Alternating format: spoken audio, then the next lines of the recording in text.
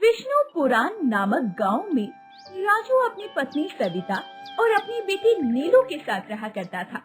राजू अपने गांव के नुक्कड़ पर ही डोसे की दुकान लगाया करता। वो बहुत ही स्वादिष्ट डोसा बनाता था और उसके डोसे ठीक ठाक ही बिक जाया करते थे। खास तौर से आने जाने वाले राहगीरों को उसके डोसे बहुत पसंद आते थे।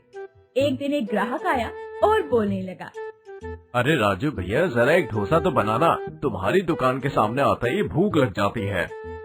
हाँ हाँ बापूजी, अभी डोसा बनाता हूँ। ग्राहक ने डोसा खाया और उसकी बहुत तारीफ की। इसी तरह राजू की ठीक ठाक कमाई हो जाया करती थी। रोज की तरह आज भी बचा हुआ डोसा लेकर राजू अपने घर पहुँचता है और अपनी बेटी के हाथ में डोसा देते हुए बोलता है, ये ले नीलू, आज भी एक डोसा बच गया था तो मैं वो तेरे लिए ले आया हूँ। अजी, आप खाना खाने के टाइम पर उसे डोसा खिला रहे हैं? हाँ हाँ, तो डोसे के साथ साथ हम सब मिलकर खाना भी खा लेते हैं। हाँ पिताजी, चलिए। एक दिन की बात है, राजेश नाम का एक आदमी गांव घूमने आया था। राजेश भी राजू की दुकान पर डोसा खाने आता था। अरे भाई, मुझे भी एक प्लेट डोसा लगा देना। हाँ भाई, अभी लगाता हूँ। पूरे गांव में केवल तुम्हारी दुकान है डोसे की, अच्छी खासी चल जाती होगी। हाँ भाई, भगवान की कृपा है। मैं शहर में पिज्जा की दुकान लगाता हूँ, पर सोच रहा हूँ कि इस गांव में भी पिज्जा की दुकान लगाकर देखता हूँ, शायद यहाँ मेरे शहर से भी ज्यादा अच्छी कमाई हो जाए। हाँ हाँ भाई, क्यों नहीं। इसके बाद राजेश वहाँ से चला जाता है। एक हफ्ते बाद राजेश राजू के ठेले के सामने ही अपने पिज्जा के ठेले को खोल लेता है और ग्राहकों को बुलाने के लिए आवाज मारता है, अरे गांव वालों, आओ आओ, पिज्जा खाओ। शहरी पिज्जा अब गांव में, शहरी पिज्जा अब गांव में। डोसा हुआ पुराना, नई चीज खाओ। ये सुनकर राजू को बहुत बुरा लगता है। राजू राकेश के पास आता है और कहता है, राजेश भाई, ये क्या, तुम अपना पिज्जा बेच रहे हो, ये अच्छी बात है, लेकिन मेरे डोसे को क्यों बदनाम कर रहे हो? ये तो बिजनेस है राजू भाई, ये सब तो करना ही पड़ता है। तुम अपना देखो, मैं अपना देखता हूँ। बेचारा राजू मुंह उतारकर अपने ठेले पर वापस आ जाता है। जैसे ही ग्राहकों ने पिज्जा का नया ठेला देखा, वो बहुत खुश हो गए और एक ग्राहक दूसरे आदमी से बोला, अरे वाह, हमारे गांव में अब पिज्जा मिलेगा। ये तो मैंने शहर में खाया था, थोड़ा महंगा होता है लेकिन बड़ा ही स्वादिष्ट होता है। हाँ भाई, डोसा तो हम सालों से खा रहे हैं और डोसा खाकर हम बोर भी हो गए हैं। चलो चलो, आज पिज्जा खाते हैं। फिर वो लोग अब राजेश की दुकान पर गए और बोले, अरे भाई, हमें भी जरा पिज्जा लगा देना। राजेश ने उन लोगों को पिज्जा लगाकर दे दिया। गर्मा गर्म चीज पिज्जा देखकर लोग खुश हो गए। धीरे धीरे राजेश की दुकान पर ग्राहकों की भीड़ बढ़ने लगी। राजू का डोसा कोई नहीं खाता था। ये देखकर राजू बहुत चिंतित हो गया। ऐसे ही पूरे 1 महीने का समय बीत गया। अब राजू वापस घर आया तो उसकी पत्नी ने कहा, अजी क्या बात है, आज भी आपका डोसा नहीं बिका क्या? नहीं सविता, आज भी मेरा डोसा नहीं बिका। सोचा था कि आज थोड़ा बहुत डोसा बिक जाएगा तो खाने का कुछ सामान ले आऊंगा, पर नहीं, आज भी हमें पानी पीकर ही भूखा सोना पड़ेगा। अगले दिन राजू ने फिर से अपनी डोसे की दुकान लगाई और कई दिनों से खाना न खाने की वजह से अब राजू कमजोर हो गया था। इसीलिए चक्कर खाकर वहीं गिर पड़ा और राजू को डॉक्टर को दिखाया तो डॉक्टर ने कहा, देखिए, कमजोरी की वजह से इनका बीपी लो है, इन्हें कुछ दिनों तक आराम की जरूरत है। सविता ने कहा, देखिए जी, डॉक्टर के कहे मुताबिक अब आप घर पर कुछ दिन आराम कीजिए, कहीं जाने की जरूरत नहीं है आपको। लेकिन सविता, अगर मैं घर में आराम करूंगा तो हमारे घर का खर्चा कैसे चलेगा? अजी, आप उसकी चिंता बिल्कुल मत कीजिए, मैं देखती हूँ, कुछ करती हूँ मैं। अगले दिन सविता नीलू को लेकर बाजार जाती है और डोसे का ठेला लगाती है, लेकिन उसका डोसा खाने कोई नहीं आता। तब नीलू अपनी माँ से कहती है, माँ, आप देख रही हो ना कि सामने राजेश अंकल की दुकान पर पिज्जा खाने के लिए कितनी भीड़ है?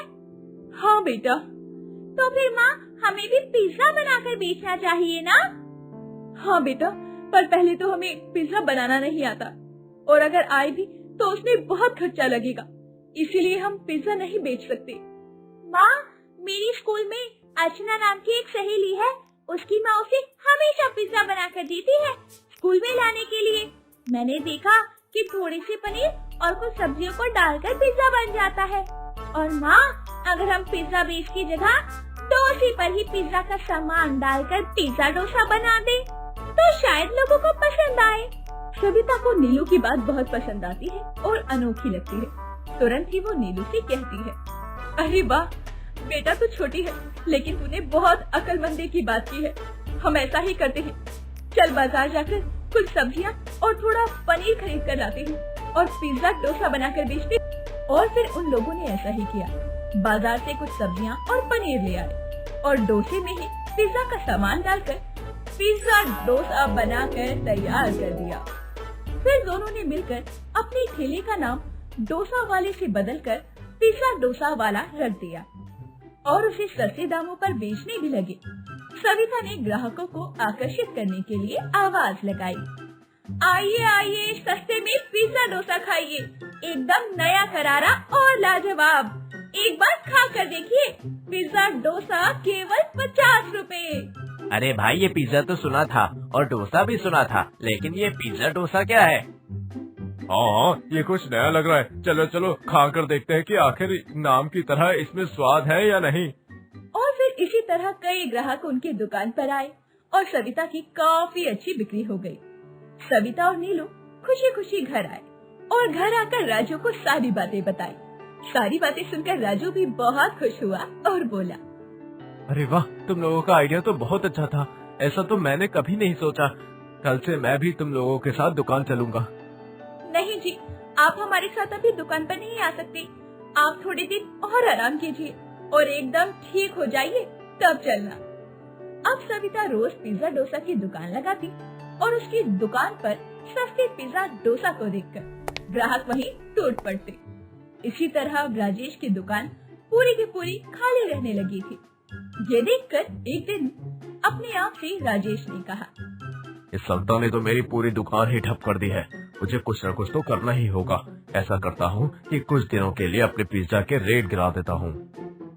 फिर राजेश ने ऐसा ही किया और उसने पिज्जा के रेट 50 रुपए कर दिए। अब ग्राहक वापस राजेश की दुकान पर जाने लगे। राजेश ये देखकर मन ही मन सोचने लगा, अच्छा हुआ मैंने अपने पिज्जा को सस्ता कर दिया। कुछ ही दिनों में ये दुकान छोड़कर भाग ही जाएगी। उसी दिन वहाँ पर एक सेठ आया और सविता की दुकान पर जाकर बोला, अरे सविता जी, मैं आपकी डोसे पिज्जा के बारे में बहुत सुना है। मेरी बेटी की शादी है इसी हफ्ते इतवार को और मैं चाहता हूँ कि आप मेरी बेटी की शादी में अपने पिज्जा डोसा का स्टॉल लगाएं। मैं इसके लिए आपको पूरे 10,000 रुपए दूंगा। सविता ये सुनकर बहुत खुश हुई और सेठ की बेटी की शादी में पिज्जा डोसा का स्टॉल लगा दिया। सभी को उसका पिज्जा डोसा बहुत पसंद आया। सारी भीड़ शादी में वहीं जमा थी और उसे बहुत सारे ऑर्डर मिलने लग जाते हैं। राजू भैया भी अब पूरी तरह से ठीक हो गए थे और वो अपनी दुकान भी संभालने लगे थे। सविता नीलू के साथ मिलकर शादियों में स्टॉल लगाया करती। एक दिन राजेश ने अपने मन में सोचा, ये तो सारी बात उल्टी हो गई। इनकी तो डबल कमाई है। एक तरफ इनका स्टॉल भी चल रहा है और दूसरी तरफ इनके ठेले भी चल रहे हैं और मैं बेचारा सस्ते में ही पिज्जा बेच रहा हूँ। इसमें तो मेरा खर्चा भी नहीं निकल रहा है। नहीं, अगर मैं ऐसे ही करता रहा तो मैं बर्बाद हो जाऊंगा। चलो भाई, मैं अपनी पिज्जा की दुकान बंद कर दूंगा और शहर में ही जाकर पिज्जा बेचूंगा। इस तरह राजेश अपनी पिज्जा की दुकान बंद करके वापस शहर चला जाता है और सविता और राजू की डोसा पिज्जा की दुकान हमेशा के लिए चल निकलती है। अगर आपको हमारी ये वीडियो अच्छी लगी हो तो वीडियो को लाइक और चैनल को सब्सक्राइब जरूर करें और अपने दोस्तों को शेयर करना ना भूलें। साथ ही बेल आइकन प्रेस करें